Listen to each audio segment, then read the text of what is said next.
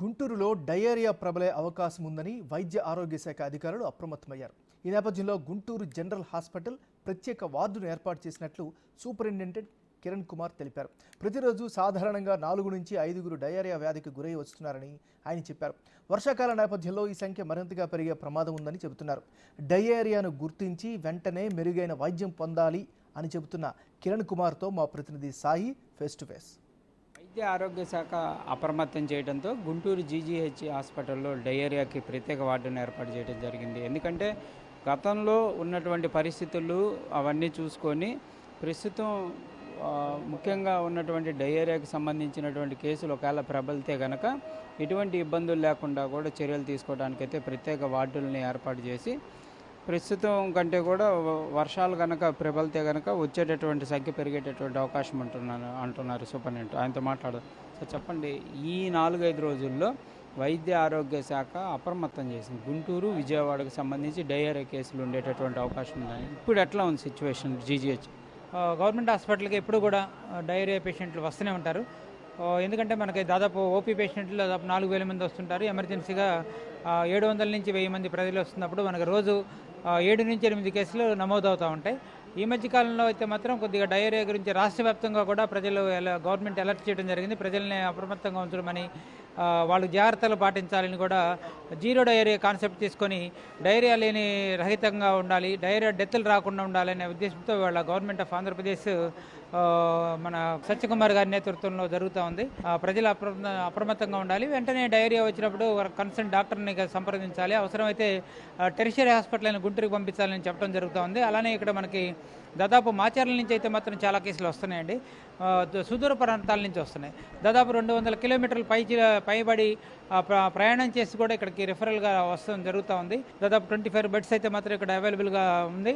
మనకి ఇక్కడ 16 మంది పేషెంట్లు గత వారం రోజుల నుంచి కూడా ట్రీట్మెంట్ తీసుకుంటున్నారు. కొంతమంది డిశ్చార్జ్ అయ్యారు.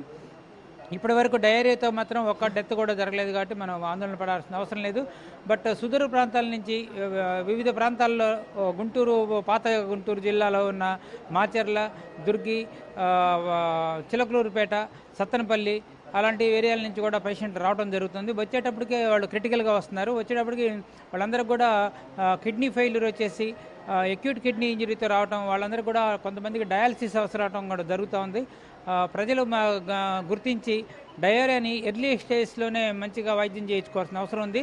క్వాలిఫైడ్ డాక్టర్ దగ్గరికి వెళ్ళి వైద్యం చేయించుకొని అవసరాన్ని బట్టి ఐవీ ఫ్లూయిడ్స్ తీసుకొని యాంటీబయాటిక్స్ తీసుకొని తక్షణమే ప్రమాదం ఉంటే మాత్రం టెరిషియరీ హాస్పిటల్గా ఉన్న గుంటూరు గవర్నమెంట్ జనరల్ హాస్పిటల్కి వస్తే ఇక్కడైతే నిష్ణాతులైన డాక్టర్లు ఉన్నారు, జనరల్ మెడిసిన్ డాక్టర్లు ఉన్నారు, గ్యాస్ట్రోఎంటరాలజీ డాక్టర్లు, నెఫ్రాలజీ డాక్టర్లు అందుబాటులో ఉండి 24 గంటలు వైద్య పర్యవేక్షణ చేసి వాళ్ళకి అవసరమైన డయాలసిస్ కానీ ఐవీ ఫ్లూయిడ్స్ కానీ యాంటీబయాటిక్స్ కానీ ఇచ్చి వాళ్ళని కాపాడటానికి ప్రయత్నిస్తూ ఉన్నాం. నార్మల్ మోషన్స్కి, వాంతులకి, డయేరియా మోషన్ వాంతులకి తేడా ఏంటారు? నార్మల్గా అయితే విరేచనాలు 1, 2, 3 అనేది సహజంగా జరుగుతూ ఉంటాయి. ఎక్కువ అయితే ఉంటే మాత్రం బాడీలో ఉన్న వాటర్ పోతుంది కాబట్టి మనం జాగ్రత్తగా ఉండాల్సిన అవసరం ఉంది. నీళ్ళ విరేచనాలు వస్తే అది గ్యాస్ట్రోఎంటరైటిస్గా మనం తీసుకుంటాం. అది రకరకాల బ్యాక్టీరియా వలన వస్తాయి, వైరస్ క్రిముల వలన వస్తూ ఉంటాయి.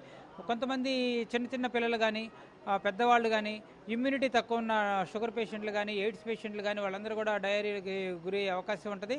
యంగ్ యూత్ అయితే మాత్రం తట్టుకుంటారు కానీ పసిపిల్లలు, వయోవృద్ధులు తట్టుకునే అవకాశం ఉండదు. కాబట్టి డయేరియా ఎక్కువ ఉండి ఎక్కువ నీళ్ళ విరోచనాలు అండి, ఎక్కువ వాటర్ మోషన్ ద్వారా పోతుంటే మాత్రం వెంటనే డాక్టర్ని సంప్రదించాల్సిన అవసరం ఉందండి. ప్రధానంగా ఈ డయేరియాకి సంబంధించి గతంలో ఉన్నటువంటి అనుభవాల్లో ఇప్పుడు ఏంటి కొత్తగా ఏమన్నా ఎక్విప్మెంట్ ఏమన్నా వాడుతున్నారా, లేకపోతే వైద్యానికి సంబంధించి ఏమన్నా మార్పులు జరిగినాయి? గతంలో మనకి ఫిబ్రవరి మాసంలో కూడా డయేరియా ఎపిసోడ్ వచ్చింది. అప్పుడు దాదాపు 350 మంది పేషెంట్లు వివిధ ప్రాంతాల నుంచి గుంటూరు టౌన్లోనే వచ్చింది. అప్పుడైతే వాటర్ కంటామినేషన్గా గుర్తించారు అధికారులు కూడా.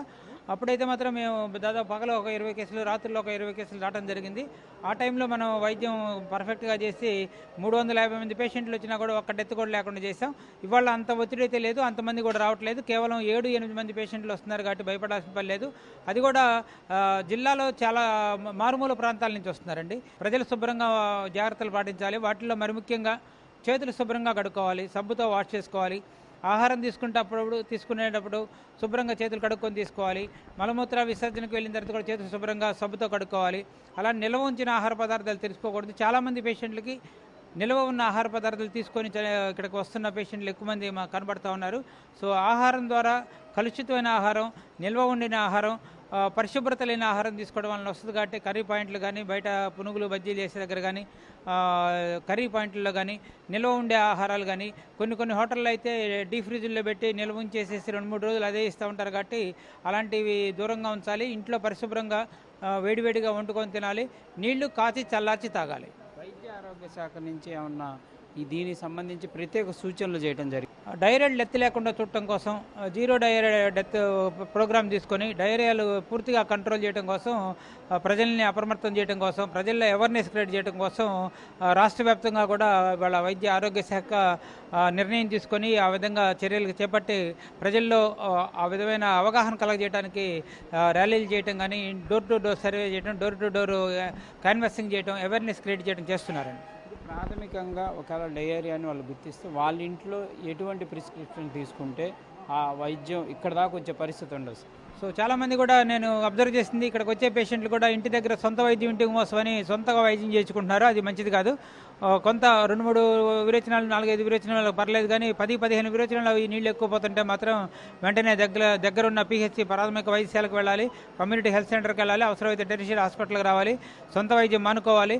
కొంతమంది ఆర్ఎంపీ డాక్టర్ల దగ్గరికి, అక్కడక్కడ అన్క్వాలిఫైడ్ డాక్టర్ దగ్గరికి వెళ్ళి ఇర్రెగ్యులర్గా ట్రీట్మెంట్ తీసుకుంటున్నారు.